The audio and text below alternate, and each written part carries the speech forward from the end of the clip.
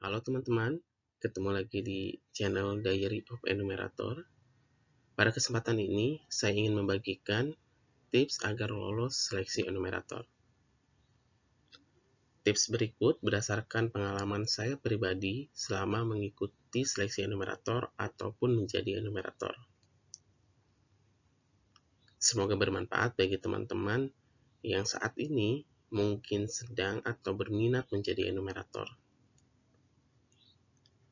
Bagi teman-teman yang masih asing dengan istilah enumerator, secara sederhana, enumerator adalah petugas lapangan yang membantu tim survei dalam mengumpulkan data. Jadi enumerator biasa disebut juga pengumpul data yang tugasnya melakukan wawancara dengan responden. Bagi teman-teman yang suka pekerjaan lapangan, suka berpetualang ke berbagai daerah, senang berinteraksi dengan masyarakat, menyukai tantangan, dan terbiasa atau berminat mengumpulkan data, baik itu melalui wawancara, observasi, dan juga angket, teman-teman bisa memasukkan enumerator dalam daftar pekerjaan yang menarik. Kenapa? Karena teman-teman bisa bekerja sambil belajar dan mengenal masyarakat di berbagai tempat. Hal tersebut tentu menyenangkan kan? Bagi teman-teman yang memang minatnya itu di pekerjaan lapangan. Nah, untuk teman-teman yang saat ini mungkin sedang atau mau mencoba menjadi enumerator, berikut saya bagikan pengalaman saya saat mengikuti seleksi enumerator. Tahapan seleksi. Pada dasarnya, seleksi enumerator tidak jauh berbeda dengan seleksi pekerjaan lainnya.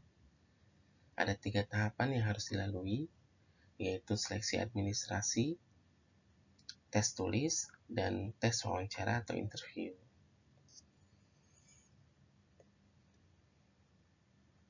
Seleksi administrasi meliputi kesesuaian antara berkas-berkas yang teman-teman kirimkan dengan kriteria enumerator yang dicari, sesuai dengan judul persyaratan yang ada pada info lowongan pekerjaan.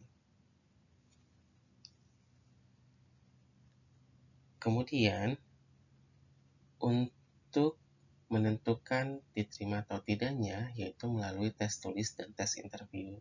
Ketika teman-teman sudah lolos tes administrasi atau seleksi berkas, teman-teman akan menghadapi 2 tes ini.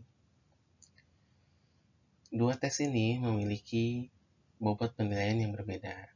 Berdasarkan pengalaman saya, tes interview memiliki bobot yang lebih besar dibanding tes tulis, yaitu bobotnya sekitar 60-80%, sementara tes tulis 20-40%. Untuk teman-teman yang mungkin pernah melamar menjadi enumerator, mengirimkan berkas, tetapi tidak dipanggil untuk tes tulis ataupun tes interview, hal berikut mungkin bisa menjawab rasa penasaran teman-teman kenapa teman-teman tidak lolos tahap pemberkasan atau seleksi administrasi. Setidaknya ada 4 kriteria yang menentukan teman-teman lolos tahap seleksi administrasi atau tidak. Meskipun teman-teman merasa mungkin secara kualifikasi sudah memenuhi, tetapi ada poin utama yang tidak terpenuhi, maka itu juga bisa menjadikan teman-teman tidak lolos pada tahap ini. Yang pertama yaitu jurusan atau disiplin ilmu. Jika penelitian tersebut menginginkan atau menentukan bahwa syarat utama enumerator yaitu lulusan bidang kesehatan, sementara teman-teman dari bidang non-kesehatan seperti ilmu sosial, politik, atau budaya. Meskipun secara pengalaman teman-teman punya pengalaman yang cukup dalam bidang pengumpulan data, tetapi karena kualifikasi utamanya yaitu lulusan atau jurusan studi yang tidak sesuai dengan yang diharapkan, maka berkas teman-teman akan disingkirkan terlebih dahulu. Karena lembaga tersebut pasti akan memprioritaskan atau mensortirnya berdasarkan dengan syarat utama yaitu jurusan atau disiplin ilmu yang sesuai. Yang kedua, ini juga terkait yang pertama tadi, yaitu pengalaman. Beberapa lembaga penelitian atau banyak juga lembaga penelitian yang mensyaratkan pelamar itu dari semua jurusan, tetapi yang punya pengalaman di bidang pengumpulan data atau pernah menjadi enumerator. Sementara mungkin teman-teman belum atau baru mau menjajaki menjadi enumerator, maka berkas teman-teman pun akan disisihkan terlebih dahulu. Karena yang akan dicari yaitu tentunya yang berpengalaman. Jadi sortirnya, kalau misalkan dia menerima semua jurusan, tapi yang berpengalaman berarti jurusan apapun di berkasnya disaring, tapi penyaring utamanya yaitu adalah pengalaman. Tetapi bisa jadi juga misalkan dia harus jurusan kesehatan dan berpengalaman. Berarti penyaringannya yang pertama yaitu jurusannya dulu, kemudian pengalaman. Kemudian ini juga bisa menjadi filter yang ketiga di dalam satu penelitian. Ini bisa jadi filter yang ketiga, atau ada juga yang penelitian yang memang tidak mensyaratkan enumerator dari domisili yang sesuai dengan sampel wilayah penelitian yang akan dilakukan. Tapi bisa juga karena penelitian ini menginginkan enumerator lokal atau enumerator yang berdasarkan dari wilayah terdekat ataupun maupun di dalam wilayah yang akan dijadikan sampel penelitian. Maka lembaga akan juga memfilter berdasarkan dengan domisilinya. Kemudian usia. Ada juga persyaratan usia yang biasanya enumerator itu yang diharapkan usianya kurang dari 35 tahun. Berarti ini juga akan dilakukan filter. Ketika misalkan poin 1, 2, dan 3 sudah terpenuhi, tetapi poin keempatnya tidak sesuai dengan persyaratan yang diharapkan, berkas teman-teman juga akan disisihkan terlebih dahulu. Karena yang diprioritaskan tentu yang sesuai dengan persyaratan-persyaratan utamanya. Nah, informasi persyaratan ini itu juga biasanya sangat jelas tertera di dalam informasi lowongan yang mencantumkan yang tercantum di dalam informasi tersebut, yaitu syarat utamanya apa, syaratnya apa untuk menjadi enumerator. Tetapi tidak ada salahnya ketika teman-teman memang menerima informasi untuk menjadi enumerator, tapi kemudian ada beberapa poin atau ada misalkan yang dicari lulusan kesehatan, poin lainnya teman-teman memenuhi persyaratan, tapi di bidang studi atau jurusan teman-teman tidak memenuhi persyaratan. Sebenarnya tidak ada masalah, tidak ada salahnya juga teman-teman untuk mencoba mengirimkan lamaran. Meskipun mungkin ketika teman-teman nanti tidak lolos tahap pemberkasan, yang harus teman-teman ingat bahwa bukan karena teman-teman tidak qualified secara kemampuan, tetapi memang yang dibutuhkan bukan dari bidang studi teman-teman. Begitupun juga dengan pengalaman. Meskipun teman-teman mungkin aktif di organisasi segala macam, tapi karena ini baru pertama kali teman-teman melamar enumerator, sementara yang cari adalah yang berpengalaman, itu bukan berarti teman-teman tidak qualified untuk menjadi enumerator, tetapi karena yang dicari yang memang sudah tidak asing dengan pekerjaan ini.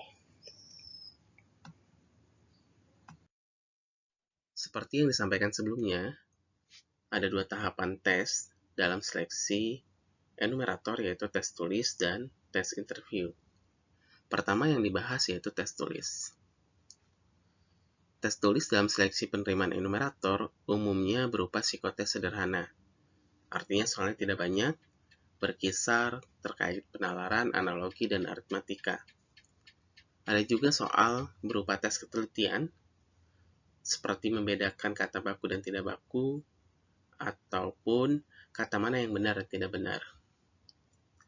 Tes tulis ini tujuannya untuk mengukur kemampuan penalaran teman-teman dan ketelitian teman-teman yang nanti akan menjadi enumerator.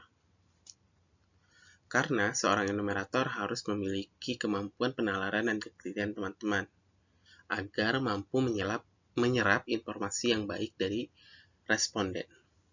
Informasi itulah yang nanti dikumpulkan menjadi sebuah data seperti yang diharapkan pada tujuan penelitian yang teman-teman laksanakan. Apakah ada tes tulis yang pertanyaannya terkait dengan judul penelitian atau studi yang akan dilakukan? Selama saya mengikuti seleksi ataupun mengikuti tes, itu ada tes tulis yang memang pertanyaannya itu terkait dengan riset yang akan dilakukan. Misalkan waktu itu pada studi imunisasi, ada beberapa pertanyaan terkait imunisasi, misalkan apa itu imunisasi dasar lengkap, apa itu imunisasi lanjutan. Pertanyaan seperti ini itu pada dasarnya hanya untuk mengukur kemampuan teman-teman, maksudnya pengetahuan teman-teman terkait dengan studi yang akan dilakukan. Tetapi sebenarnya poin utamanya yaitu tes yang berupa penalaran dan ketelitian teman-teman. Karena tes terkait dengan pemahaman atau pengetahuan tentang studi pun itu juga jarang saya temukan. Ini hanya untuk apakah teman-teman sudah memiliki pengetahuan terkait studi itu ataupun sudah terpapar dengan studi itu yang nantinya akan bisa lebih mudah teman-teman menyerap konsep dan substansi yang akan diberikan kepada teman-teman untuk digali informasinya kepada responden. Saran saya, sebelum teman-teman mengikuti tes ataupun mungkin pada saat mendaftar menjadi enumerator, teman-teman bisa mencari informasi terkait penelitian atau studi yang akan dilakukan. Biasanya informasi itu tertera pada iklan atau pada lowongan pekerjaan yang teman-teman lamar. Jadi, tujuan teman-teman mencari informasi itu bisa untuk mengantisipasi kemungkinan pertanyaan terkait studi yang muncul di tes tulis. Bisa juga untuk mempersiapkan diri teman-teman bila mana teman-teman memang terpilih menjadi enumerator. Atau pada saat nanti teman-teman mengikuti tes interview, setidaknya teman-teman sudah terpapar apa yang nanti akan dilakukan terkait studi ini. Bisa jadi pada saat interview juga teman-teman ditanya terkait dengan apakah teman-teman sudah terpapar informasi terkait studi ini, kira-kira gambaran teman-teman tentang studi ini bagaimana. Informasi terkait studi itu sebenarnya bisa teman-teman lakukan melalui browsing atau juga bisa tanyakan kepada teman-teman dari teman-teman, terutama yang pernah memang mengikuti kegiatan pengumpulan data.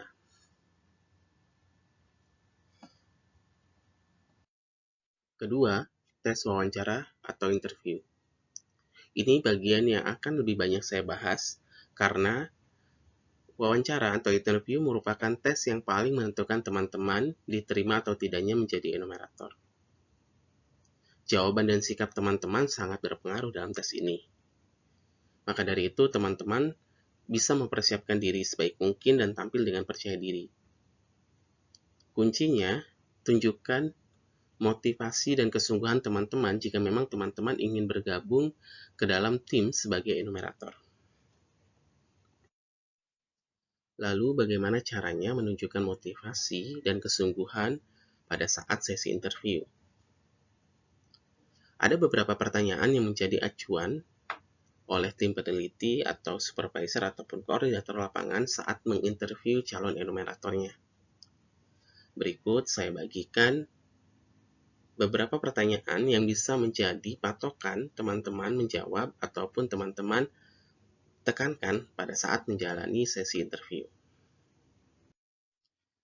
Pertanyaan pembuka atau pertanyaan pertama yang biasanya ditanyakan kepada calon pegawai atau calon enumerator ketika melamar pekerjaan, yaitu apa tujuan kamu melamar pada posisi ini? Saya yakin di sini teman-teman juga sudah tidak asing dengan pola seperti ini. Intinya, sampaikan alasan teman-teman secara jujur, yang tentunya juga akan relate pada pekerjaan teman-teman nantinya. Di sini ketika teman-teman ditanya apa tujuan utama teman-teman melamar menjadi enumerator, teman-teman bisa mengungkapkan alasan apa saja yang memang sesuai dengan tujuan utama teman-teman. Intinya hindari berbohong. Misalkan tujuan teman-teman atau alasan teman-teman melamar itu karena sedang butuh pekerjaan. Sampaikan saja karena memang teman-teman sedang mencari pekerjaan atau membutuhkan pekerjaan, tapi harus juga disampaikan, dideskripsikan apa yang menjadi poin utama yang bisa relate pada alasan tersebut. Misalkan, teman-teman bisa bekerja secara full time, teman-teman mau belajar, teman-teman bisa mengikuti proses penelitian ini dari awal sampai akhir dengan baik. Ataupun ketika teman-teman mengatakan tujuan utama teman-teman yaitu karena teman-teman lebih suka pekerjaan lapangan yang dinamis dan mobile. Tunjukkan juga atau paparkan juga bahwa teman-teman memang orang yang memiliki manajemen waktu yang baik, orang yang mudah beradaptasi, orang yang memang juga senang berinteraksi, orang yang memang juga suka menggali informasi. Intinya, jawaban apapun harus dikatakan dengan sejujurnya, tetapi perlu ditambahkan dengan poin-poin atau alasan-alasan lain yang relate pada pekerjaan atau posisi yang teman-teman lamar. Pertanyaan kedua yang menjadi highlight yaitu kemampuan bekerja secara individu dan tim.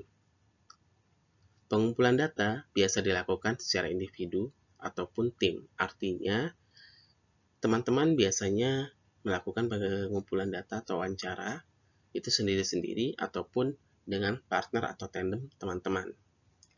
Intinya ketika teman-teman berada di lapangan, teman-teman harus bisa bekerja secara mandiri, mulai dari membantu pengurus perizinan, mewawancarai responden, hingga bertanggung jawab dengan kualitas data yang dihasilkan. Teman-teman juga harus bisa menyesuaikan diri di dalam tim. Bagaimana pembagian tugasnya, bagaimana teman-teman saling membackup satu sama lain, karena pengumpulan data biasanya memiliki tenggat waktu yang juga terbatas. Nah, kemampuan bekerja secara tim dan individu ini, itu juga berarti teman-teman memang bisa beradaptasi dengan kondisi di lapangan yang dinamis bersama anggota tim teman-teman. Terbiasa bekerja di bawah tekanan, memang terorientasi pada target, artinya teman-teman ketika diberikan target, itu tidak menjadi beban teman-teman, tetapi teman-teman melakukan itu dengan baik. Nah, di sini teman-teman bisa memaparkan kepada interviewer kemampuan leadership dan self-management teman-teman. Poin ini penting juga untuk melihat kesiapan teman-teman ketika bekerja di lapangan. Pertanyaan ketiga yang menjadi highlight yaitu siap ditempatkan di mana saja. Beberapa penelitian lebih mengutamakan enumerator dari wilayah yang akan menjadi lokasi penelitian atau studi tersebut. Namun banyak juga penelitian yang tidak mengharuskan pelamar berasal dari wilayah sampel. Informasi ini biasanya sudah tertera juga pada iklan lowongan enumerator yang teman-teman dapatkan. Jadi bisa diteliti lagi atau dilihat lagi apakah syaratnya itu ada tertulis harus berasal dari wilayah penelitian atau siap ditempatkan di mana saja. Namun pada intinya, pertanyaan ini akan tetap ditanyakan meskipun nanti teman-teman yang melamar itu sesuai dengan domisili teman-teman yang menjadi lokasi penelitian. Kenapa? Karena bisa saja lokasinya itu bukan hanya di daerah teman-teman, tetapi di wilayah sekitar teman-teman yang mungkin teman-teman juga belum ke sana, tapi teman-teman tahu. Intinya, jawaban siap ditempatkan di mana saja ketika menghadapi pertanyaan seperti ini memiliki peluang lebih besar untuk terima, terutama jika penelitian itu berskala nasional. Dan memang teman-teman berminat untuk menjadi enumerator. Usahakan tidak menyebut nama wilayah yang teman-teman kehendaki terlebih dahulu, apalagi misalkan penelitiannya berskala nasional. Kecuali pewawancara kemudian menanyakan preferensi penempatan yang teman-teman inginkan. Di situ, teman-teman bisa mengutarakan penempatan teman-teman yang teman-teman inginkan, tapi harus juga disertai dengan alasan yang logik. Seperti teman-teman memang pernah KKN di sana, artinya teman-teman juga nanti kalau ditempatkan di daerah sana, paling tidak sudah mengenal wilayah tersebut.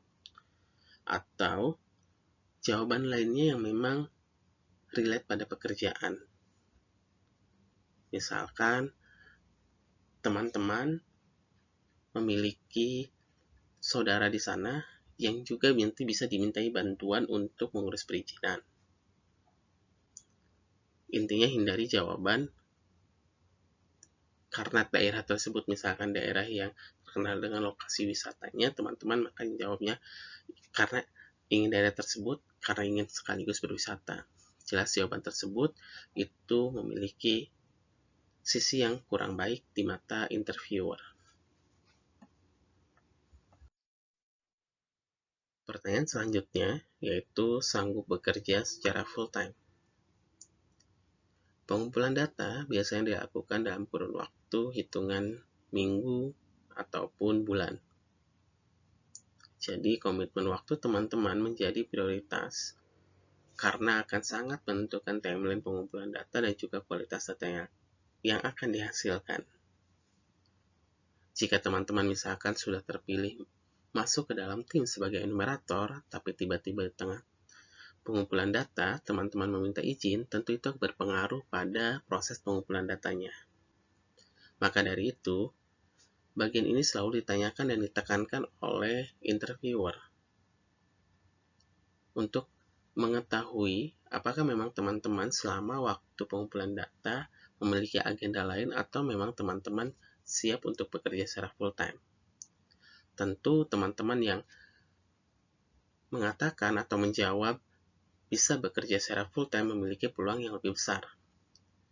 Tetapi jika teman-teman optimis dan teman-teman memiliki pengalaman ataupun teman-teman memang memiliki minat yang besar dalam penelitian tersebut, tetapi dalam kurun waktu penelitian, teman-teman ada agenda, misalkan wisuda ataupun sejenisnya, teman-teman bisa mengutarakan kepada interviewer pada saat sesi wawancara ini. Jika memang teman-teman masuk dalam list kandidat kuat enumerator, interviewer akan mempertimbangkan dengan baik kejujuran teman-teman. Untuk selanjutnya memikirkan skenario jika teman-teman bergabung dalam tim. Intinya, sampaikan di awal secara jujur.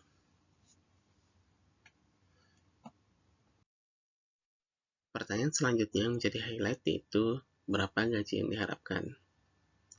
Pertanyaan ini juga biasa kita temukan ketika menjalani sesi interview pada pekerjaan lain.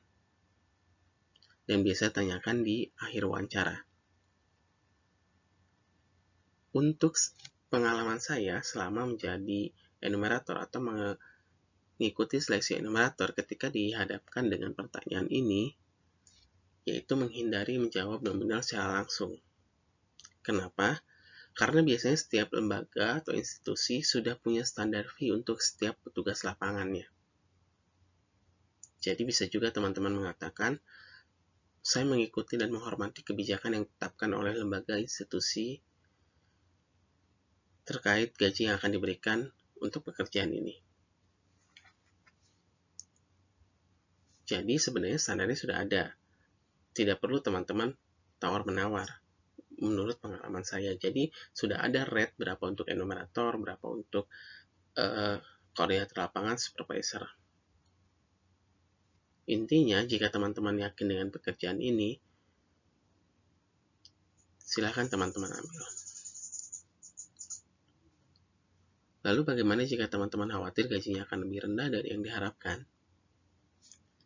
Pertama, coba cari tahu melalui teman yang pernah menjadi enumerator, untuk setidaknya mengetahui gambaran tugas dan fee yang akan teman-teman terima ketika teman-teman diterima menjadi enumerator. Kedua, bersikap realistis. Jika teman-teman suka dan memang sedang membutuhkan pekerjaan tersebut, jalani dan kerjakan dengan baik. Intinya, lembaga atau institusi yang merekrut teman-teman untuk menjadi enumerator, mereka sudah mempertimbangkan standar fee dengan baik. Hanya saja terkadang ekspektasi setiap orang itu yang juga berbeda-beda. Nah, jika teman-teman masih ragu atau masih penasaran, tidak ada salahnya teman-teman bertanya. Teman-teman bisa bertanya kepada pewawancara terkait rate gaji yang akan teman-teman dapatkan untuk posisi enumerator dalam penelitian tersebut dalam kurun waktu tersebut. Bahkan terkadang interviewer sendiri yang menyampaikan gambaran atau rate yang nanti akan teman-teman terima selama mengikuti penelitian itu. Intinya silahkan itu menjadi pertimbangan teman-teman. Yang jelas, selama pengalaman saya, lembaga atau institusi sudah punya standarnya sendiri. Jadi saya tidak pernah melakukan tawar-menawar berapa-berapanya, bahkan terkadang beberapa penelitian yang saya ikuti ketika saya dihubungi, misalkan mau nggak ikut dalam penelitian ini, jawabannya hanya iya atau tidak, waktunya bentrok dengan kegiatannya atau tidak. Saya tidak ada menanyakan berapa honor yang akan terima karena terkadang kita sudah tahu kira-kira gambarnya sekian, ataupun kadang ketika kita tidak punya gambaran pun kita sudah yakin bahwa setiap lembaga sudah punya rate-nya sendiri. Dan kalau kita memang mau, kita ikut. Terkait fee atau gaji, dalam pekerjaan lapangan ada istilah per diem atau tunjangan harian. Biaya ini dihitung secara estimasi dengan menghitung pengeluaran aktual, seperti biaya makan sehari 3 kali, biaya laundry, transportasi, penginapan, dan sebagainya, yang merupakan biaya kebutuhan sehari-hari selama teman-teman melakukan pengumpulan data. Uang rokok dan kebutuhan non-primer lainnya tidak masuk dalam penganggaran biaya ini.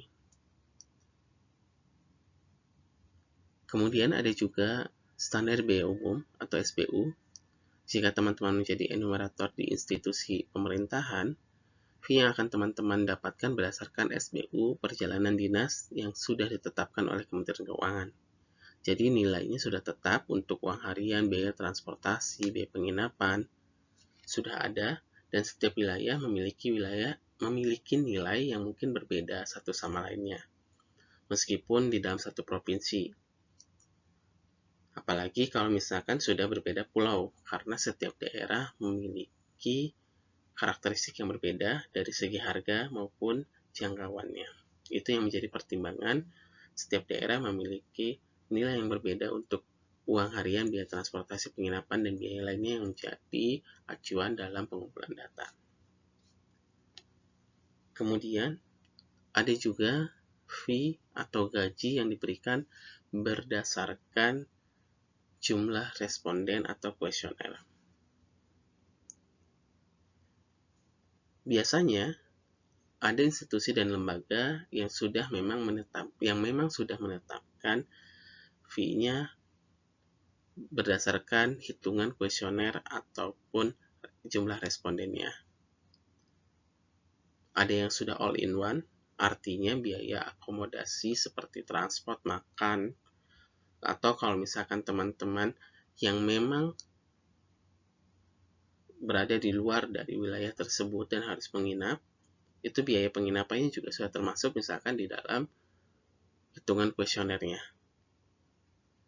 Ada juga yang memang dipisahkan antara ada juga biaya transportnya, ada juga biaya penginapannya, ada biaya hitungan per kuesioner. Intinya, teman-teman ketika dihadapkan misalkan bahwa fee yang akan teman-teman terima itu dalam bentuk hitungan jumlah kuesioner atau responden, teman-teman bisa memperkirakan sehari berapa banyak responden yang bisa teman-teman dapatkan untuk menghitung dengan beban teman-teman. Jadi terkadang mungkin teman-teman merasa, apakah mungkin mendapatkan sekian responden dalam waktu sekian hari? Itu pasti akan diidentifikasi dari awal dari berapa lama wawancara per satu respondennya. Intinya sebenarnya setiap institusi atau lembaga sudah memperhitungkan dengan bijak, tinggal sesuaikan dengan ekspektasi ataupun beban teman-teman. Kemudian, memiliki SIM C dan bisa mengoperasikan komputer. Bagian ini atau poin ini ditujukan untuk mengetahui penunjang tugas teman-teman selama melakukan pengumpulan data di lapangan. Kenapa harus memiliki SIM C? Enumerator memiliki mobilitas yang tinggi dan jangkauan ke wilayah-wilayah yang aksesnya terkadang sulit, yang hanya bisa dijangkau oleh kendaraan beroda 2 atau motor. Kenapa harus bisa mengoperasikan komputer? Pemahaman dalam penggunaan komputer juga akan dinilai, terlebih jika penelitiannya mengharuskan teman-teman juga menginput data ke dalam sebuah program di komputer atau Excel. Bahkan ada beberapa lembaga yang sudah tidak menggunakan kertas. Pengumpulan data atau wawancara dilakukan langsung menggunakan laptop atau gadget seperti tablet atau smartphone. Demikian cerita dan pengalaman saya selama mengikuti seleksi enumerator. Pada video ini memang lebih fokus pada sesi interview. Interview merupakan penentu teman-teman diterima atau tidak menjadi enumerator. Pada saat interview itulah teman-teman bisa menunjukkan seberapa besar motivasi teman-teman, kesungguhan, dan kesiapan teman-teman untuk bekerja di lapangan sebagai pengumpul data. Jadi sangat disarankan teman-teman untuk mengeksplor bagaimana optimisme teman-teman, bagaimana kesiapan teman-teman, dan bagaimana minat teman-teman untuk menjadi bagian dari perubahan. Semoga video ini bisa memberikan suatu cerita kepada teman-teman bagaimana menjadi enumerator. Enumerator, pekerjaan yang menyenangkan, mempertemukan dengan banyak orang,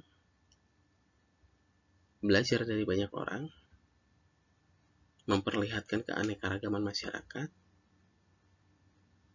dan juga pekerjaan yang tentu memberikan banyak pengalaman dalam berbagai hal. Mental, kemampuan beradaptasi, kemampuan berkomunikasi, menghadapi tekanan, menyelesaikan masalah. Intinya, ini pekerjaan yang sebenarnya menarik. Namun, karena statusnya freelance, banyak juga yang bertanya, apakah ini pekerjaan yang prospektif?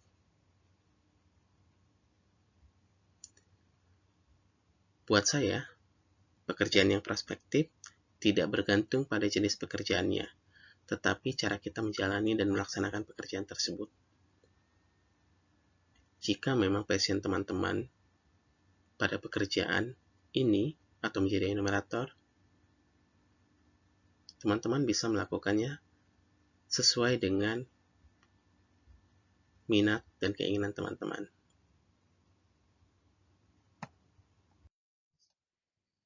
Terima kasih sudah menonton video ini dan sudah mampir ke saluran saya.